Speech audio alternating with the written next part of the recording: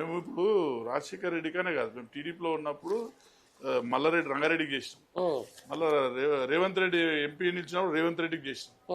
ఇప్పుడు మేము చేస్తేనే కదా గెలిచింది, అంటే ఉన్నట్టే కదా.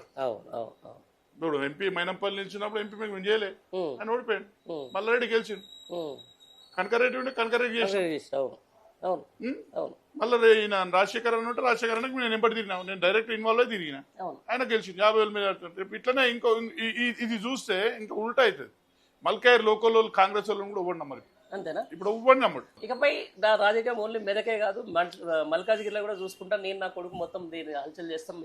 ఏమి చేసినా వాళ్ళతో ఏమి కాదు, పోలీసు వాళ్ళని పెట్టుకోకుండా రమ్మానండి, 7 దాకా. అంతేనా? రౌడీ రాజకీయాన్ని ప్రోత్సహించినట్టు కదా? ప్రోత్సహించినట్టు కాదు అంటే వాళ్ళు ఎట్లా మాట్లాడుతారు, సిఐఓడు ఏంది అంటే వాళ్ళు ప్రోత్సహించినా మేము ప్రోత్సహించినాం. ఫస్ట్ మేము ఇచ్చినాం, మా స్టేట్మెంట్ వాళ్ళు ఇచ్చాం. డిపార్ట్మెంట్ ఆయన మంచి ఎంత కష్టపడితే హోదాకు వచ్చింది. నువ్వు రిప్రజెంటేటివ్ ఎలా మాట్లాడాలి, ఒక ఎమ్మెల్యే ఎట్లా మాట్లాడాలి? ఇప్పుడు అదే మా రాజశేఖర్ సారానే మాట్లాడుతాడు. ఈ సందర్భంగా మైనంపల్లి ఫ్యామిలీకి మీరు ఏం చెప్తారా? 100% ఇది చాలా తప్పు. ఇక మీద మీకు ఉన్నది